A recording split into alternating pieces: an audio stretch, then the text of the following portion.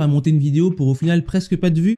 Moi aussi. Quand j'ai commencé, je passais 10 parfois 20 heures sur une seule vidéo. Je faisais tout bien. Du moins, c'est ce que je pensais.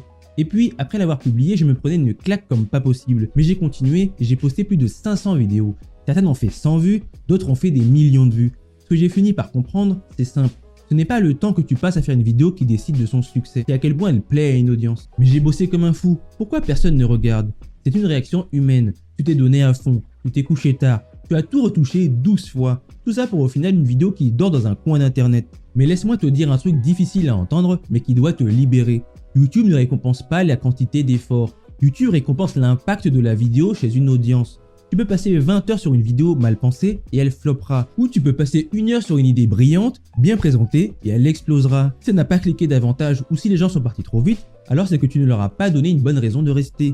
Tu veux savoir pourquoi ta vidéo ne marche pas? Pose-toi ces questions. Est-ce que mon titre donne envie? Est-ce que ma miniature capte l'attention? Est-ce que mon intro confirme la promesse de la miniature plus titre dans les 5 premières secondes? Est-ce que je parle d'un sujet que les gens veulent vraiment voir? Parce que tu peux avoir un montage fluide, des musiques sympas et des transitions dignes d'un film au cinéma, mais si le sujet n'intéresse personne, si l'accroche est molle ou encore si l'intro est lente, alors c'est le flop. Et ce n'est pas toi qui peux juger de tout ça. Tu es trop impliqué émotionnellement dans ta vidéo. Tu l'as faite, tu l'aimes, tu y crois, mais ton jugement est biaisé.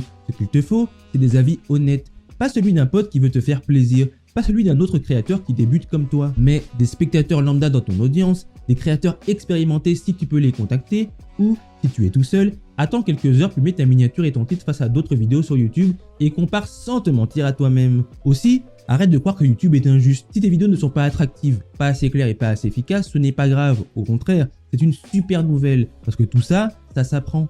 Et tout ça, j'ai mis des années à le comprendre.